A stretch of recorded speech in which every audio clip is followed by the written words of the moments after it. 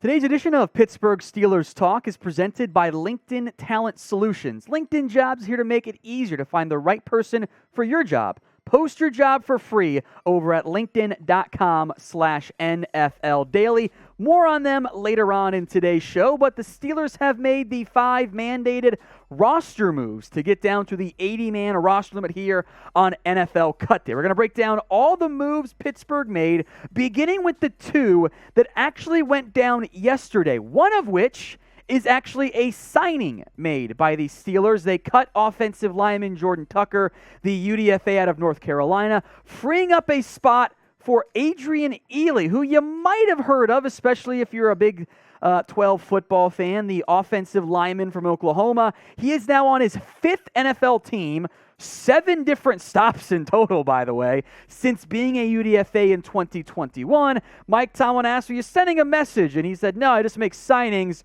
I took it as a message.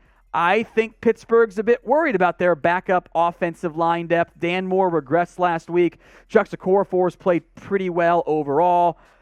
You're hoping Joe Haig can be your swing tackle, but welcome to life in the NFL, where all of the NFL teams have really no depth along the offensive line. I would be pretty shocked if Ealy made your 53-man roster, but maybe, given his upside, I think, as a developmental piece, he could be a potential practice squad player for you. The other 5 moves are coming up, but first we need your help.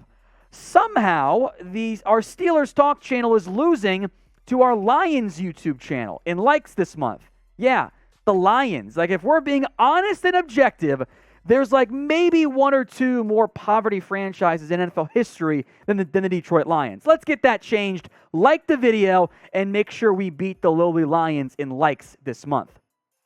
The first roster cut we'll discuss a draft pick already released by Pittsburgh. Chris Oladokun, the 7th-round pick out of South Dakota State, released by the Steelers after basically not playing at all for them this year, which I found pretty interesting. Did not play in any of the first 2 preseason games.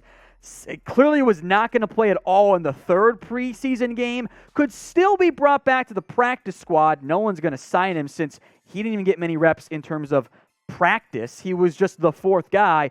Trubisky and Pickett and Mason Rudolph were getting all the reps and opportunities. So Oladokun already released by the Steelers.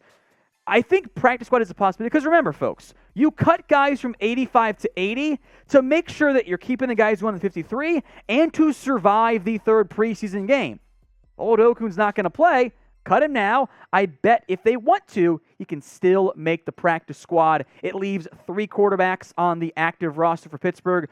Probably the 3 they'll carry, barring a surprise trade of Mason Rudolph for the active roster this year. So Oladokun, released by the Steelers. So with the benefit of hindsight here, do you think Pittsburgh should have drafted Chris Oladokun, 7th-round pick? Y for yes or N for no? I will make this question today the pinned comment. So what happens here? If you get an ad break on YouTube, it's actually great timing. Take advantage of it. Head down there and let me know if you think, with hindsight, of course, being at play, if Pittsburgh should have drafted Chris Oladokun, Y or N.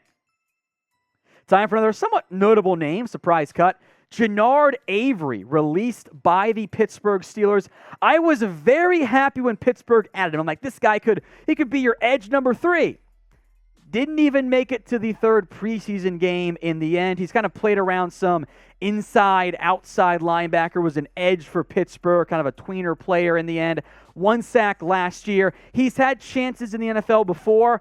I wonder how many more he's going to end up getting when it's all said and done. More on Avery in a second, but first, let's talk about today's sponsor, LinkedIn Talent Solutions. As you gear up for fall, you need the right people on your team to help your small business fire on all cylinders. LinkedIn Jobs here to make it easier to find the people you want to talk to faster and for free. Create a free job post in minutes on LinkedIn Jobs to reach your network and beyond to the world's largest professional network of over 810 million people. Then add your job and purple hiring frame to your LinkedIn profile to spread the word that you're hiring so your network can help you find the right people to hire. Simple tools like screening questions make it easy to focus on candidates with just the right skills and experience so you can quickly prioritize who you want to interview and eventually hire. It's why small businesses rate LinkedIn Jobs #1 in delivering quality hires versus leading competitors. LinkedIn Jobs helps you find candidates you want to talk to faster. Did you know every week nearly 40 million job seekers visit LinkedIn? Post your job for free at linkedin.com/NFL Daily. That's linkedin.com/NFL Daily to post your job for free. Terms and conditions apply. We use LinkedIn Jobs to help hire one of the newest people. That's Matthew, not the Matthew behind the scenes producing right now, the one we don't like that much. The cooler Matthew we just hired via LinkedIn Jobs. It's linkedin.com/NFL Daily. That link's in the comments section and in the description of today's show. Back to Avery here. Bit of an unfortunate career path. He flashed a lot in his first year. 5 tackles for loss, 4.5 sacks. Since then, 1 more TFL, 3 fewer pass breakups, and less than 2 more sacks in 3 more years.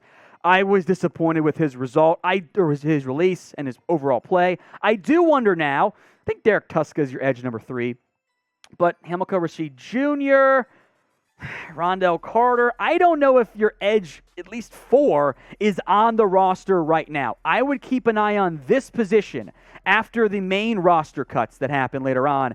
Curious to see what ends up happening in terms of Avery's future and the edge rusher spot overall. Pittsburgh could add some help there. Over to offense again. Mataeo Durant, the rookie UDFA who, hey, it was Jaylen Warren, Durant. Maybe one of those guys make the roster. It ain't going to be Durant. He was released by the Steelers today after really not making much of an impact in camp / the preseason. Jaylen Warren unquestionably was the more impressive player of the UDFAs the team signed. I doubt Durant is much of a practice squad candidate now. I think at some level there's some, what do we have in Max Borgi, but you cut Durant over Borgi. I don't think he's going to be a practice squad candidate now. I think this release is a clear sign they didn't like what they saw. It's going to be Najee Harris. I think Jaylen Warren, by the way, whether it's RB2, RB3, whatever, I think he makes the roster for Pittsburgh, and he's way more fun to talk about than a release guy, so we'll talk about Warren instead. Make your predictions for me. Do you think Jaylen Warren makes the final 53-man roster? M, before he makes it, or C, before he ends up getting cut? Sound off for me in the comments section what you think ends up happening with Jaylen Warren. The most, I think, obvious roster cut of all of them today, Nick Sciba, the other kicker on the Pittsburgh Steelers roster. Well, guess what, folks? You have Chris Boswell. You're not going to carry 2 kickers like some teams once did. So, of course, Nick Sciba got cut. He had no chance to beat out Chris Boswell. This was almost a veteran leg day for Boswell. I mean, Sciba gets to kick some. He was never, ever, ever going to make this Steelers team, especially after they extended Chris Boswell. Now, we cover all of the latest Pittsburgh Steelers news right here on Steelers Talk. Hit that big red button, answer if you haven't already. News, of course, we got you covered right now. Rumors, preseason, regular season, you are at the one-stop shop for everything Steelers related. Subscribe if you haven't already. The 5th and final cut today, Christian Blake, the wide receiver who, again, he wasn't going to make the roster. Did play a little bit last year in the NFL. More on him and what his release means. But first, of the 5 cuts today, which one surprised you the most? I'm going to go with Genard Avery. I think Chris Oladokun's second on that list for me, but Avery was the one that shocked me the most. But I want to hear from you guys. Of the 5 moves made today by Pittsburgh, which roster cut surprised you guys the most? Sound off for me in the comments section. Bring me back now to Christian Blake, who played in the back. You can kind of tell I merged all my words there. 4 catches last year, played for the Falcons a little bit, ended up on the team this offseason. Didn't do much of note in the preseason. Clearly, that's why he's ended up getting released. He was never going to make this team, barring a rash of injuries or wildly impressive play, right? Deontay Johnson, Claypool, Pickens, Austin, Olszewski, Boykin, Steven Sims, honestly, probably Tyler Vaughns have all been more impressive so far from Blake.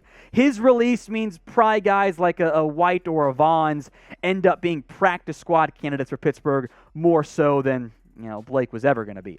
Remember, folks, if you have not already, hit the big red button and subscribe. Free Steelers videos pretty much every single day right here on Steelers Talk.